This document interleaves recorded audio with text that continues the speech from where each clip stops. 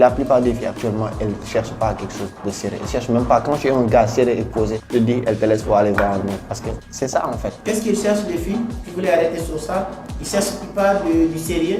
La plupart, il y en a qui cherchent du sérieux. C'est les gens qui cherchent du sérieux. Mais la plupart, elles veulent juste jouer, sortir, aller dans des boîtes, être libre. Elles ne veulent pas des gens qui leur limitent ou bien et tout. Elles ne veulent pas ça. La seule chose qu'elles veulent, un gars qui les appelle quand elles veulent, qui se voit quand elle veut, sans ambiguïté, rien du tout, pas d'engagement. Je dis pas tous, mais la plupart, en fait, c'est comme ça. Et mon physique, peut-être, il attire les filles, à savoir ma taille. Aussi le fait que... Les filles sont attirées par rapport à la taille. Ouais, c'est très important. Les filles n'aiment pas les gens courts. Ouais, quand tu... Mais les filles, vous êtes méchantes, hein. Mais ça dépend. Si tu peux avoir de la taille et tout, ça n'a rien à voir dans la pose. En fait, la taille, c'est un plus. Par exemple, tu vas avoir la taille d'un basketteur comme je l'ai, vu que je fais 1m98, tu vas avoir la taille, mais aussi il y a quelque chose qui va avec ça, ton habillement, ton éloquence, ainsi de suite, et le charisme que tu dégages. Et peut-être ça, c'est un plus que les gens ont.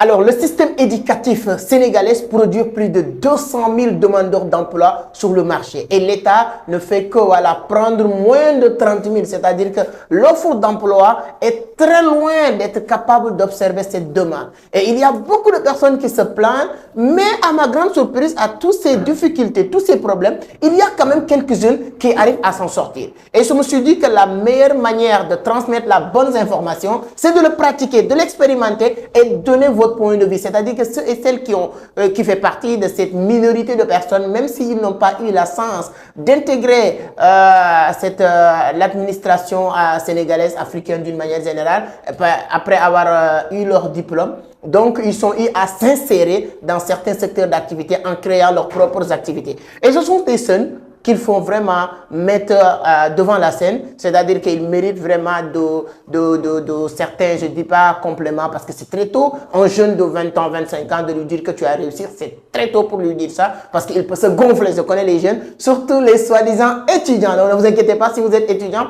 cette vidéo va vous apprendre beaucoup de bonnes choses, vous allez comprendre comment tu peux vraiment sortir de l'université et créer un bon business, ou bien étant même étudiant et créer un petit bon business et réussir. Et quels sont les secrets? C'est-à-dire qu'aujourd'hui, ce n'est pas uniquement de dire que j'ai eu mon master ou bien mon doctorat en tel ou tel domaine qui va te permettre d'intégrer ou bien d'être inséré dans la fonction publique. Et il y a beaucoup d'étudiants, même si bien vrai que moi je déteste les gens qui reposent tous leurs rêves ou bien toute leur vie sur la fonction publique, parce que c'est pas bon. C'est bien de servir votre pays, parce que la fonction publique, ça ne doit pas être un moyen de gagner de l'argent.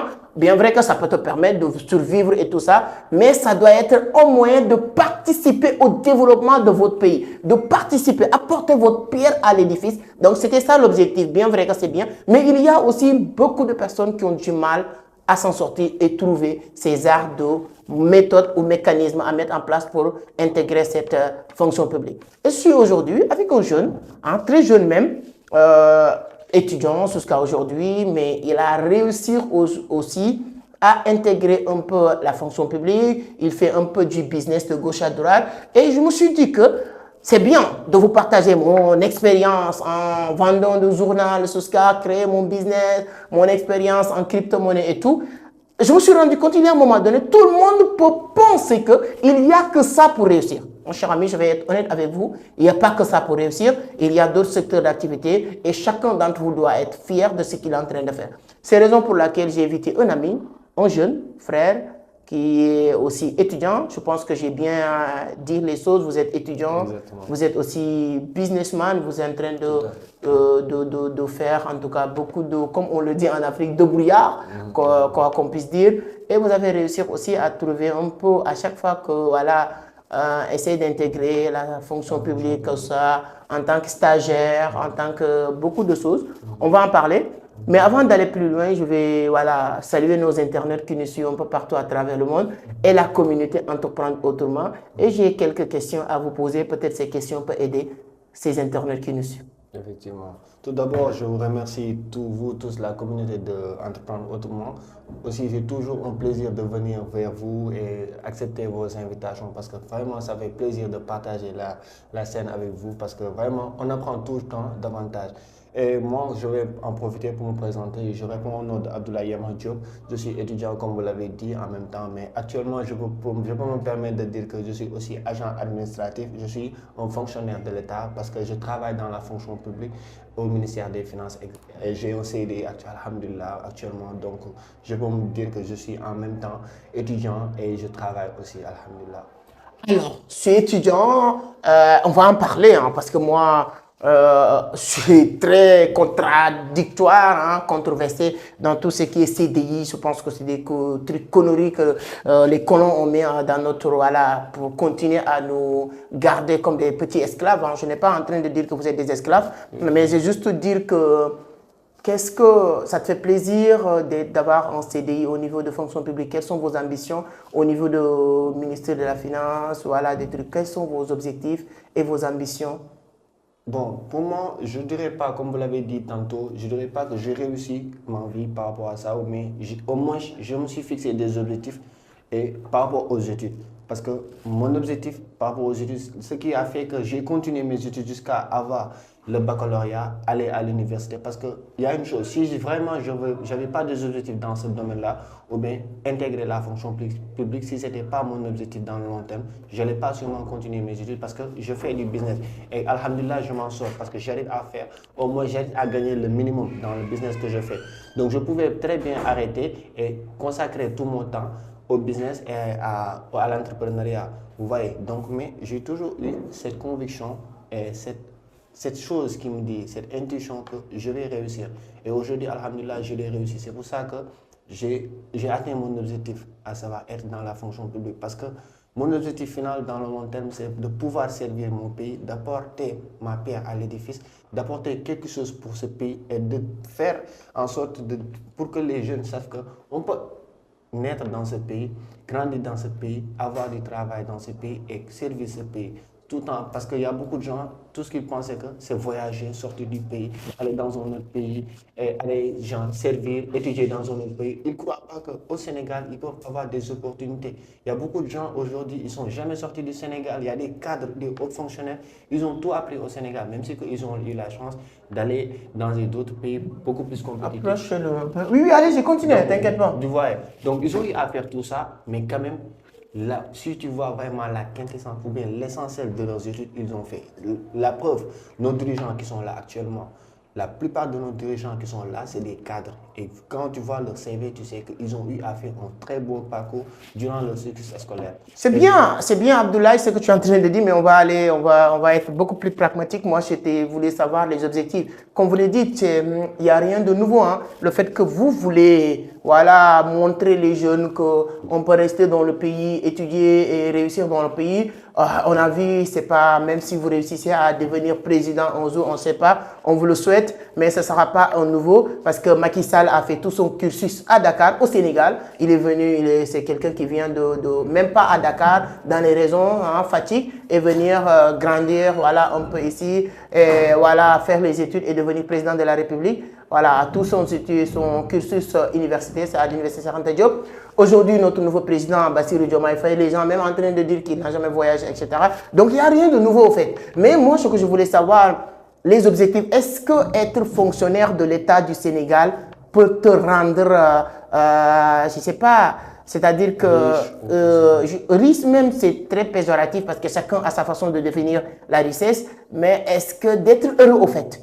Parce que le plus important dans quelqu'un qui travaille, peu importe fonction publique, entrepreneuriat, business, d'être heureux, arrive à satisfaire les besoins, arrive à, voilà, si votre salaire te permet, vos objectifs, vous êtes jeune, vous espérez vous marier dans les années à venir, vous espérez avoir des enfants, gérer une famille.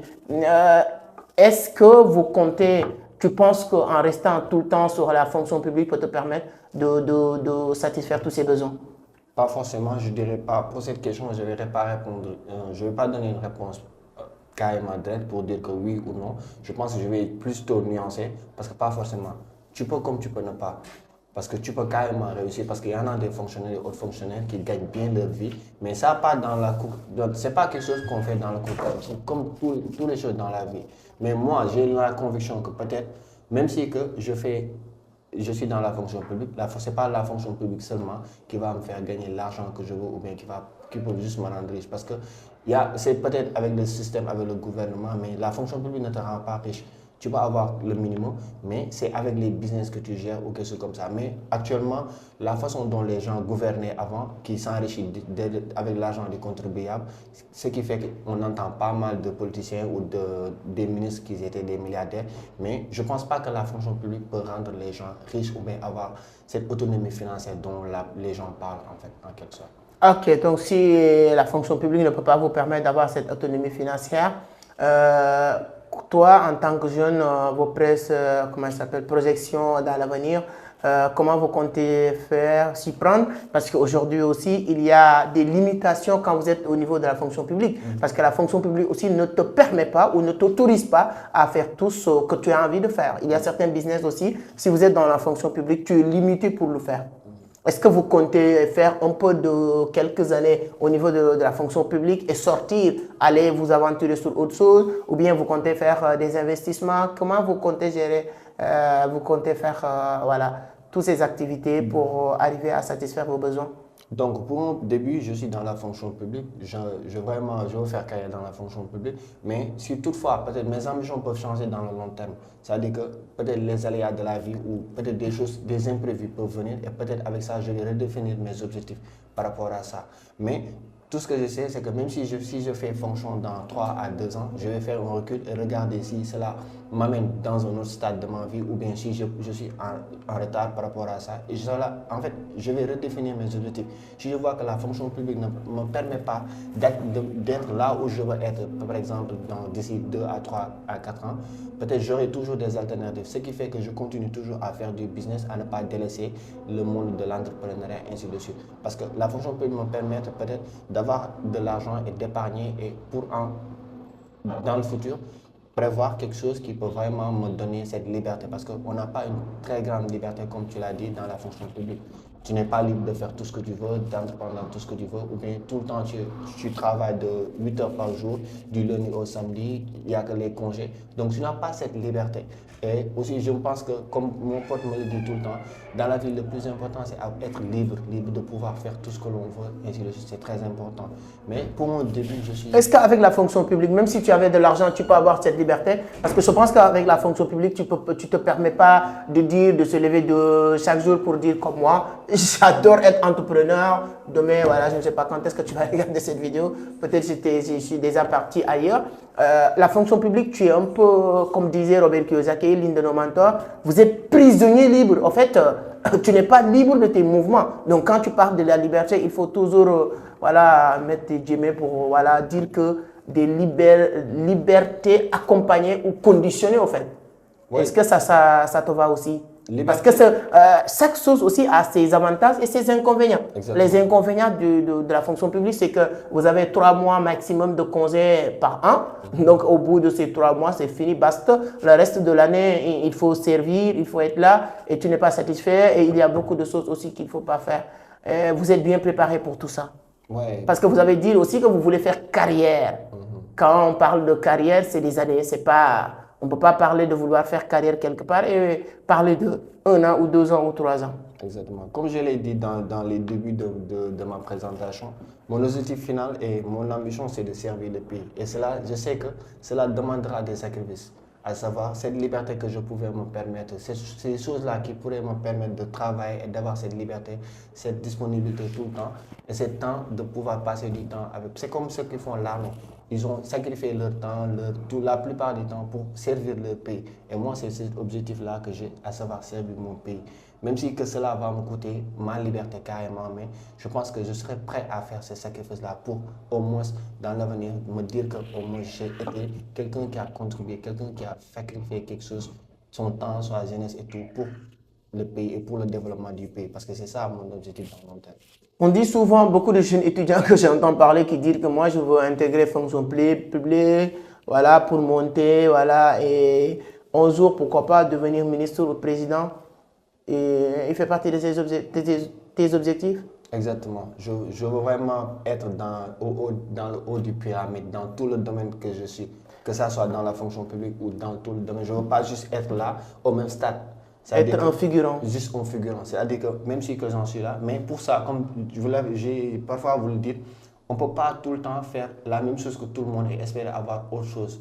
C'est pour ça que moi, je fais pas mal de choses qui pourraient vraiment me permettre Tu d'aller. sais que pour être président de la République, ce n'est pas d'être cadre. Pour être président, tu n'as pas besoin d'être cadre. Ce n'est pas d'être dans la fonction publique. Exactement. Ce sont des personnes qui savent bien parler, des politiciens, souvent bien instruits, souvent le contraire, avoir de l'argent. Donc, faire partie des décideurs du monde. Première règle ou bien premier escalier, c'est d'avoir le pouvoir de l'influence qui est l'argent et tout ça. Donc, et si la fonction publique ne peut pas permettre les gens d'avoir de l'argent, donc forcément tu seras toujours derrière quelqu'un qui aura l'argent pour diriger les autres. Est-ce que vous êtes conscient de ça? Mais c'est dans tout. Par exemple, aux États-Unis, prenons l'exemple des États-Unis. Les États-Unis, c'est pas les présidents, c'est pas les gens, à part l'exception de Donald Trump, qui a été déjà multimilliardaire et tout ça avant d'être président. Mais la plupart, par exemple, Obama, c'est au moment où il a fini même d'être président qu'il a fini par payer ses dettes quand il est étudiant. C'est-à-dire que moi, l'objectif, que ça soit avoir de l'argent ou pas, tu l'as dit, j'ai un plus. En fait, l'avantage que j'ai, c'est peut-être j'ai la chance de côtoyer des gens qui m'apprennent à parler, à avoir cette plus qu'on demande pour être peut-être président. Peut-être je ne dirais pas mon objectif pour le moment, je n'ai pas vraiment d'être président ou quelque chose comme ça. Mais une chose est sûre. Partout où je serai, que ce soit dans une administration, que ce soit dans un ministère, je serai soit le DAGE ou faire partie des directeurs ou des preneurs de décision. L'objectif, c'est de faire partie des preneurs de décision et de ne pas être simplement, comme tu l'as dit, un figurant, mais d'être un élément clé, quelqu'un d'incontournable dans le domaine, en fait.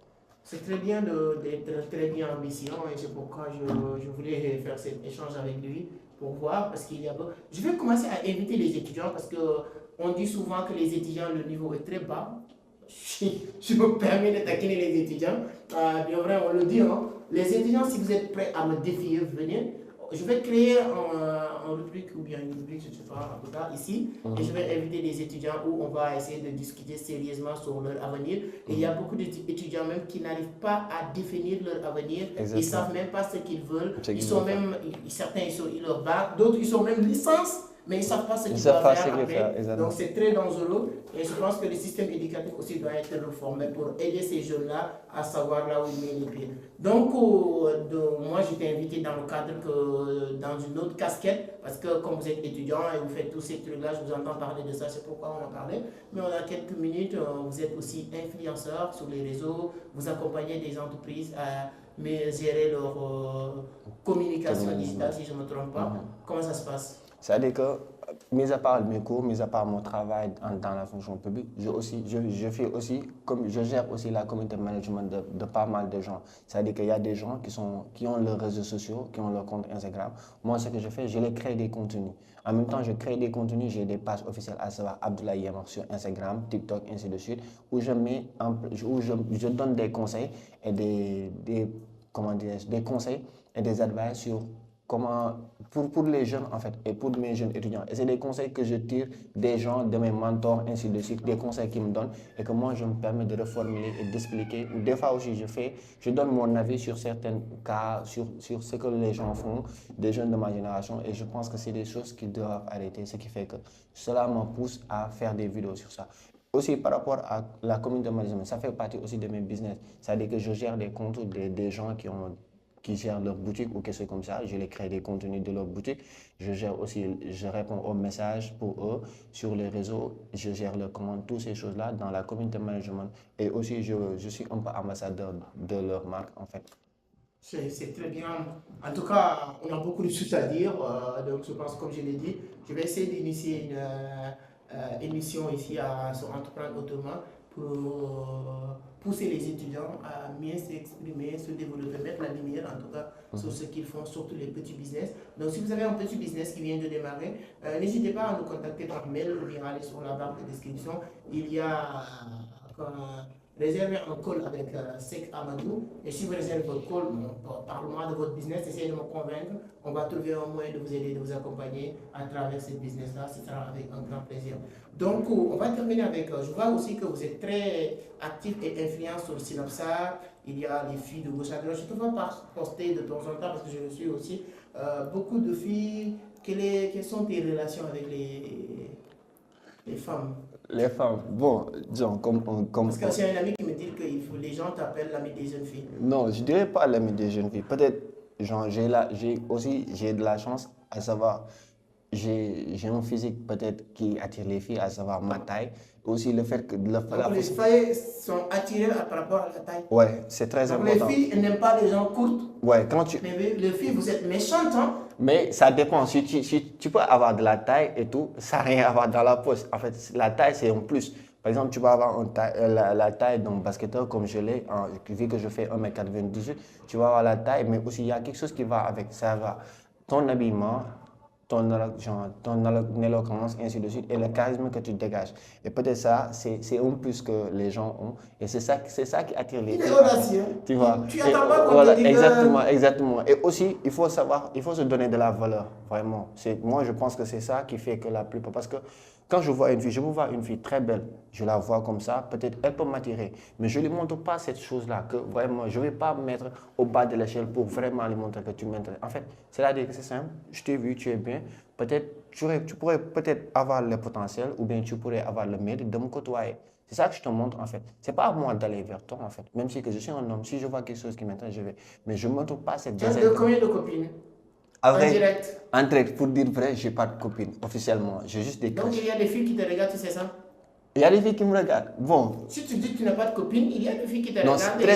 très sincèrement, je peux jurer sur le Saint-Coran. Je n'ai pas à jurer sur ça, tu vois. Mais je ne suis pas dans une relation. Comme je te l'ai dit, j'ai mes objectifs. Et je suis très focus sur ce que je suis en train de faire. Les filles qui te regardent, si ils vont comprendre qu'ils sont souriants, alors. Bon, peut-être, hein, parce que moi, je suis très cash, je suis quelqu'un de très franc. On peut me dire que des fois, je suis un connard et tout. Donc, toutes les filles avec qui tu es collé de gauche à droite sur les réseaux, vous partagez tout le temps ces conneries-là, ils sont juste des amis? Mais elle le cherche parce que je le dis, moi je suis très cash par rapport à ça. Je le dis carrément que je ne suis pas encore dans ça. C'est-à-dire que le jour où je verrai une d'entre elles qui est vraiment sérieuse et casée, peut-être je vais me caser avec elle. Et ça sera officiel. Je ne vais pas me cacher sur ça parce que j'assume tout ce que je fais.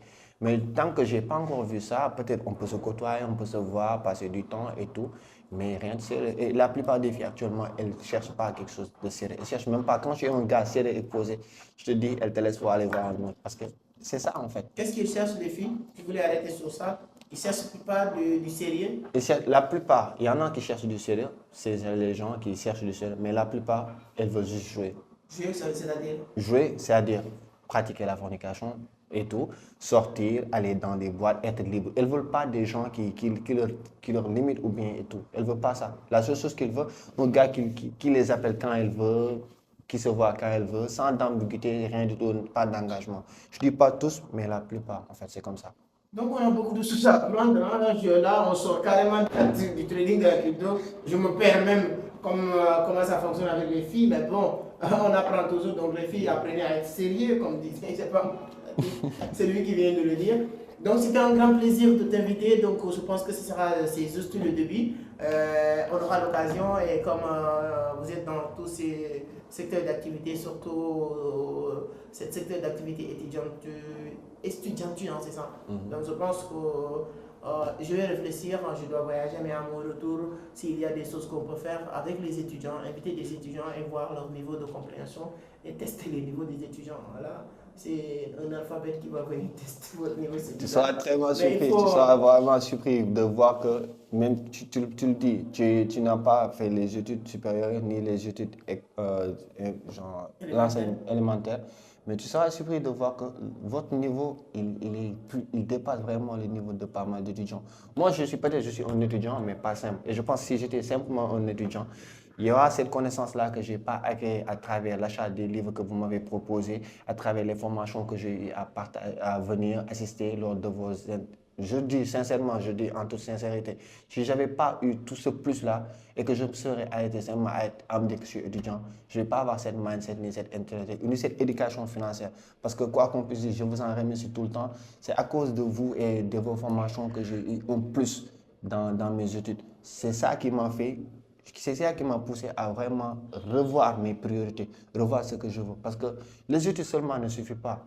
Il y a un plus, il y a aussi comme, il y a cette règle que vous dites tout le temps, les 65% qui sont dans les livres, les 25% qui sont dans les gens qui vous entourent et tout. Et l'école ne te donne que le peu, en fait, pour dire vrai.